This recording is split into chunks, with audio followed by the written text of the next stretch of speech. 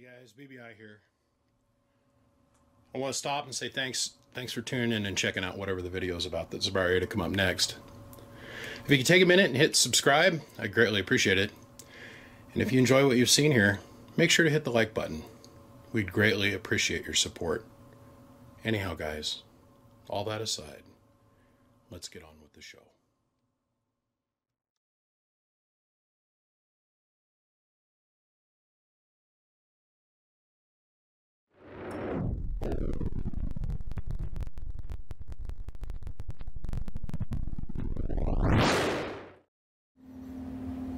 If this is your first time watching, I say welcome. If you have watched me before, that makes you a repeat offender, and I say thank you and welcome back. What we got here is Richard's amplifier. This is a Texas Star 667, but it's been modified. It's more like a 500. This is a return amplifier, as in the fact that he ran it and then he had something fail on it. We don't know. We're going to go find out together. We're doing this amongst the chaotic scene that I'm getting ready to put myself through in the next couple days. I'm getting ready to take on all my new repair work for 2021, and the phone has just exploded. So in betwixt doing all the phone calls, I figured I would do something that doesn't require a great deal of my mental capacity, and I picked this little guy because I spoke with Richard the other night, and he's like, "Hey man, you need to get on the stick, man. That thing's been out there forever." It's true, it's been here a long time, so it needs to just be run through real quick, and let's take a quick look at it. Okay, so the note reads, "Hi, this is Richard." And believe it or not, a lot of you guys are going to know who this Richard guy is. He runs a couple different Facebook groups, specifically geared towards Sideman. This is the TX500. Not sure, but only puts out about 250 to 300 watts and smelled something. I ran a different radio into it and it crapped out. Please repair it and pardon me, remove the variable. Also, please make it scream. Just like that girl that was trying to get the frickin' condom over the top of a Zeppelin. It's a big task. Making her scream, that is. And try to visualize in your head making a condom fit on a Zeppelin.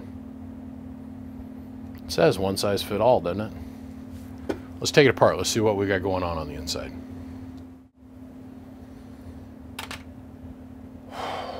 Okay. So,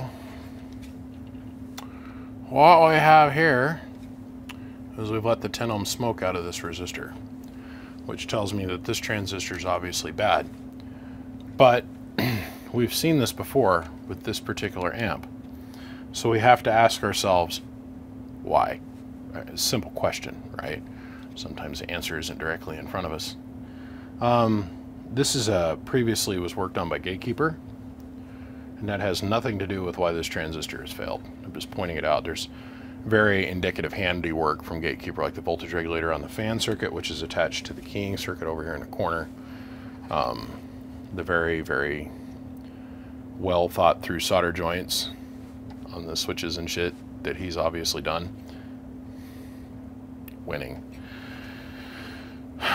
Okay, so when it came in here last time, if memory serves me correctly, this is also the same transistor that blew up. And I had to scrub once again. I'm going to have to do it again. Scrub all the scorched earth off the inside of this thing. So the output combiner is completely melted down now, meaning it's been run long enough that the combiner's got so hot, and that's this piece that my thumb's on. It's got so hot that this is shorted out. So this will probably, I'll replace this with just a regular 2-to-1 combiner set up with Teflon wire, and then replace our balancing resistor on the output. So, but shit, wow, the input resistor is completely chooched up too.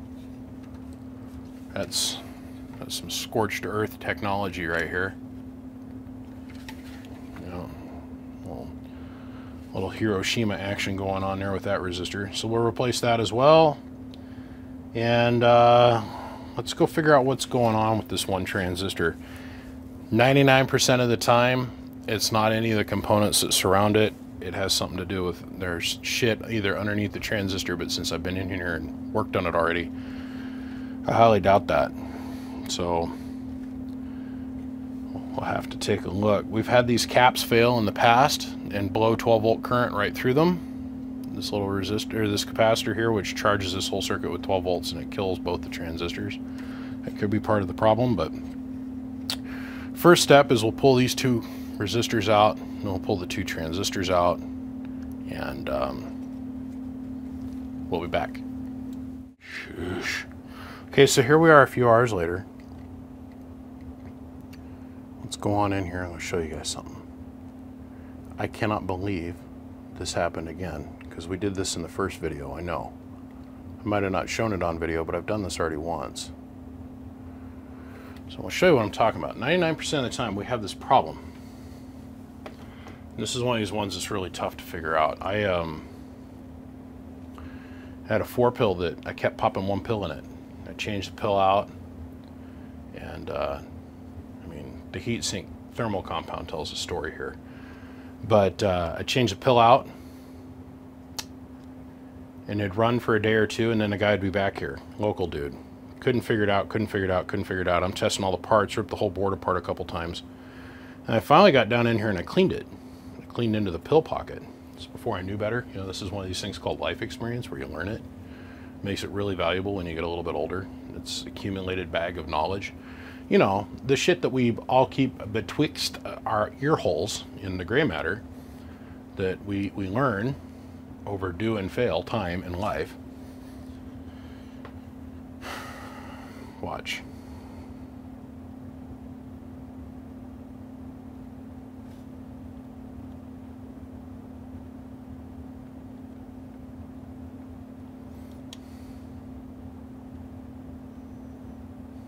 I just knock the metal burr off with the screwdriver.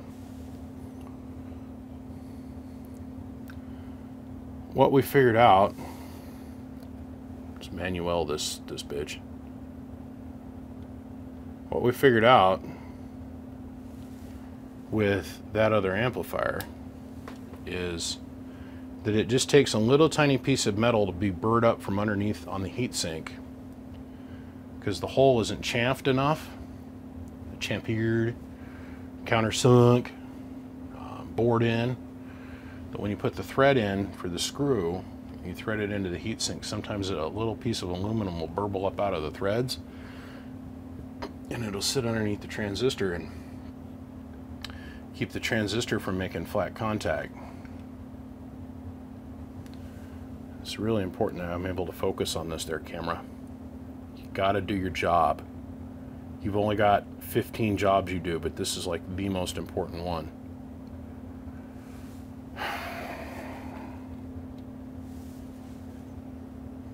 So need a different camera lens. There we go. Yay! Yay! Okay. Look at where the transistor's making contact.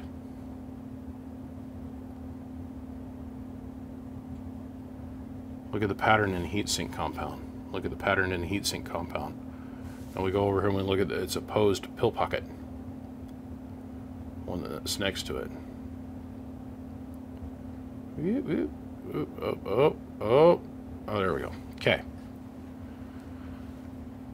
That is not making good contact. This is the transistor. Here's the one that come out of the hole.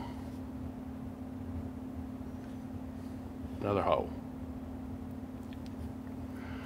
So, let's make sure that this is clean.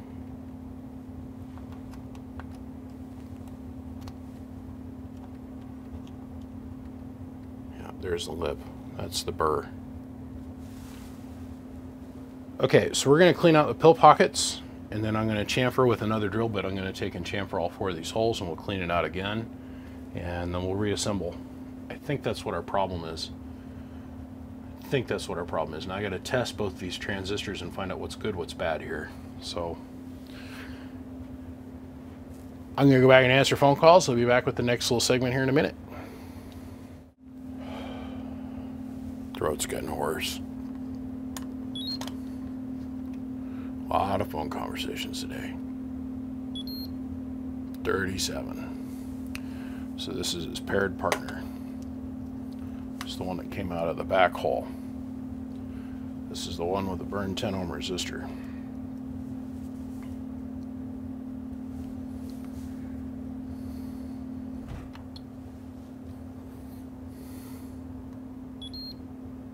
It's junk. Okay, so our conclusion was correct. This is what we did to fix the problem. We went in, we chamfed the holes out. Just took an oversized drill bit and kissed the holes and knocked the leading lip down a little bit. Washed it out thoroughly and cleaned it. And now we'll start the reassembling process. We'll be back. This worked out quite charmingly, I do believe. Okay, so let's see, what is today? Today's Wednesday afternoon. I've just been on and off the phone. Much slower day than Tuesday, which has got me kind of tickled. So what we did is we went through and we got rid of this. We got rid of the 1, 2, 3, 4, 5, 6, 7 turn to 1, 7 to 1s. Input and output combiners that are all burnt down to the ground. Oh, here comes the missus. Hold on, guys. I'll be back. Okay, as I was saying, so we did away from the 7 to 1s, which means I had to adjust my input tune because, of course, it's less inductor in the combiner and the output, or the splitter and the combiner.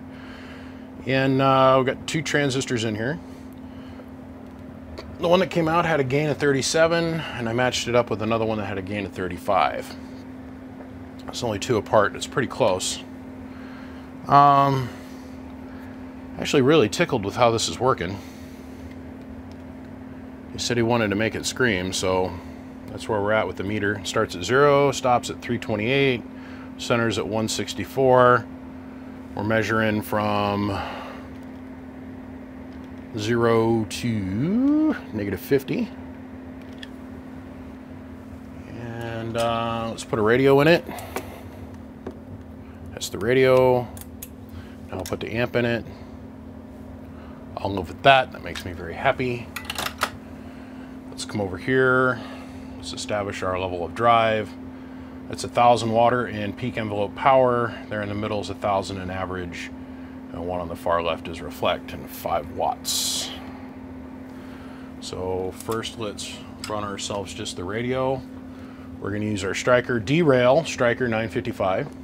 Hello. Now don't forget that we have bypassed the variable. The variable does nothing, so we want to make sure to leave this green switch out all the time. Okay, you put the green switch in, there's no place for the RF to go. Guess what happens? It does nothing. So, okay. So here's our drive. Hello, 1, 2, 1, 2. Bring the amp on. Hello, audio. Hello, audio. Yeah, that's 825 watts. Let's go up here. We'll turn our birds up just a little bit. Hello. Still falling back. Hello. Hello. Turn the dead key down a little bit. We're squealing. Hello.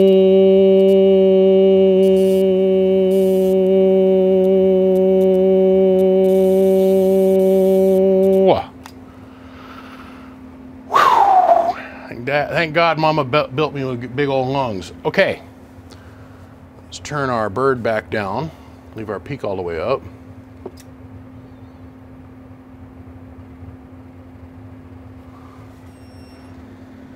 Check it out. This is what's happening.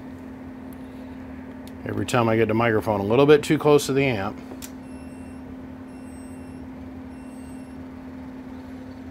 hello, audio 1, 2, 1, 2. So let's go look at our input tune, our 955 derail radio. We're going to go look at the 5 watt slug and reverse. Hello, hello. Beautiful thing. Dead key with the striker. 2 bar. we're good to go. So needless to say,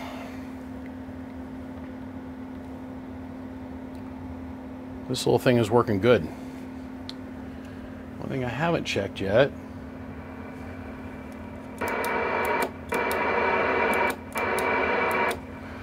God, even the preamp sounds better on the hi-fi receive in this radio. I was chuckling. He's like, well, you know, I did hi-fi audio and I did hi-fi receive on that radio just in the prayer that it might actually get on the air someday. I've run it. It sounds great. I talked with it. I plugged it in over there on the radio and it sounds good. It sounds real good. Even the preamp sounds good with the hi-fi receive. Well, that's it, man. This thing's fixed. Everything's running and balanced. The other thing we did is we got rid of the little garbage RG58 coax that was in it. We replaced it with some upgraded 316. We replaced all of the capacitors on all the flyback resistors because I have a feeling that might have been one of the things that led to the failure of this transistor. So I'd rather be safe than sorry. So we got brand new 103 disc capacitors here and here. Brand new input tune. The variable is completely bypassed now per your request. And you're all fixed. I'm ready to send it out the door. I have lots of faith that it's actually correct and it's going to run well for you. Well, Mr. R, I appreciate you much, my friend. Big shout out to Siglent, big shout out to Excess Power, and an overwhelmingly big thanks to all of you guys for the response on all the repair equipment that is on its way here. I mean, here it is Wednesday and I've already got stuff starting to show up, which means a couple of you broke the rules and you sent your stuff out early. But that's okay. We're not going to get too excited about it. I'm just not going to do it. We're going to have fun. We're going to make this work. Gentlemen, my name is BBI. Another dude, 10-8 and straight. I appreciate every single one of you guys. On that note, I've got to run. Thanks for tuning in, following along. We'll see you. Bye.